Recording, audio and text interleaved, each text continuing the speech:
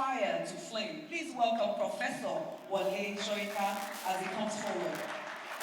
Sir, someone online sent me a question to ask how many of these outfits you have in your wardrobe, because they would like to get a few pieces from you as what some people call mantle. Thank you, sir. Welcome. You're welcome. The celebrant, Your Royal Highnesses, all here present. I had to be here today. I had to accept this position, which is not really too much to my temperament. I don't like being chairman of anything. I don't like positions like that. However, this was a duty, a pleasure for me, and a sort of return match for the celebrant. I must begin with an apology that because I have to be also a temporary chairman, an interim chairman, a sort of fidihe chairman, because I have a plane to catch, so my apologies in advance for having to disappear. When I do, I hope the Cardinal Omoyele, please, I hope you'll do me the honor of taking over the chairmanship when I finish my fidihe. Thank you. One of the reasons, the main reason why I had to be here is, first of all, that I admire Rotimi Amaechi's fighting spirit. And it's a very consistent one.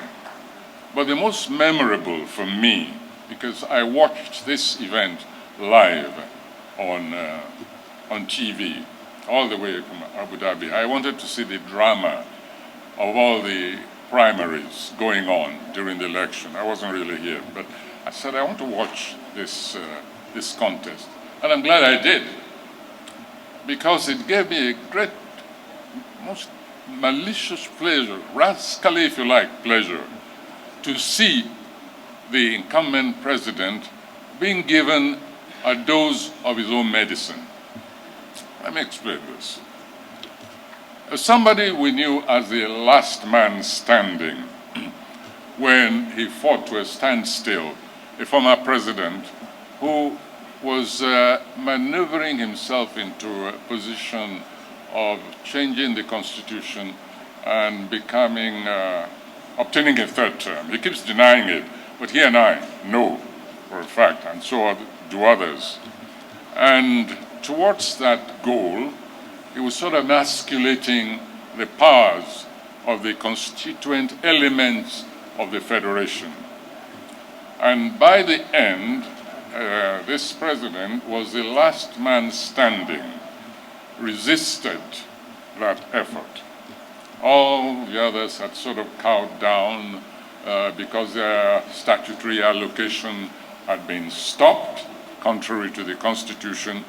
But one man, he was the last man standing. Well, he obtained a dose of his own medicine from Rotimi Amaechi during the primaries. I enjoyed that very much. While everybody was, falling over one another, conceding, there's one individual who got on the podium and he said, no, I'm not conceding. I didn't come all the way here to commit Lule. And that man was Rotimi Amaechi. And I said, this is what democracy is all about. In addition, I think we in the literary world owe him a debt. He demonstrated his commitment to the literary occupation on the occasion of my 80th birthday. He created a mini festival around that event. I felt very honored by himself, Rivers State, and it gave me enormous pleasure to have worked with him towards bringing the title, the very enviable title of the literary capital, the book capital of the world, to Nigeria, to Rivers State. So that was another debt. But then there's also an ancillary debt which I expected him to pay. It was this. You know, Nigeria is a very weird country. Or more accurately, let's say Nigeria is peopled by some very weird species.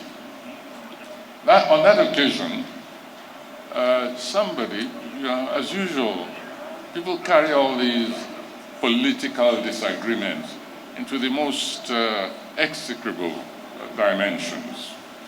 And simply because one individual had a problem, political problem with Rotimi Amaechi, he went on to say that that mini festival was really a means of looting. I hope you do remember the occasion. It's important that we remind ourselves from time to time of the meanness of which people are capable, even on occasions of celebration. And suddenly, in the media, what was a joyful, literary, artistic occasion which involved several disciplines of the arts, put out an article in the paper saying that Rotimi Amaechi had looted the treasury for this event and had shared the proceeds with the individual who was being honored, that being me. Remember? And suddenly in the papers there was Soyinka Gate, and it said, so it's become a crime to be honored, and asking me, you may remember, both him and myself, to refund to the Rivers State this money which was spent on this mini festival which gave such joy to young writers, dancers, artists, dramatists. So I came here today because I didn't receive any share of this. So Rotimi, I came to collect my share from you, from the 80th birthday, because they say that there was no festival, no event, and this money just went into individual pockets. This is part of the problem that we have in this country. Rotimi Amaechi does not share that mean-spiritedness, and this is one of the delights which I have to be associated with an individual like that. There are many other instances which I can cite, but these are just sufficient to make everybody understand that I'm not here by compulsion or by delight, with a sense of paying tribute to a remarkable, resilient man, individual, a very capable individual with an enormous fighting spirit for his convictions. So once again, I apologize that I must take up in the middle of all of this. Enjoy yourselves and make sure that you take away with you at least a little shard of that character, that unique character, energetic, sometimes very difficult. Half the time I find it difficult to understand what he's saying. That's by the way. Just take away, however, a shard of this little phenomenon encapsulated in the personality, the achievements, and the career of the celebrant, Rotimi Amaechi. Congratulations, many happy returns. Thank you very much indeed. I hereby launch the occasion.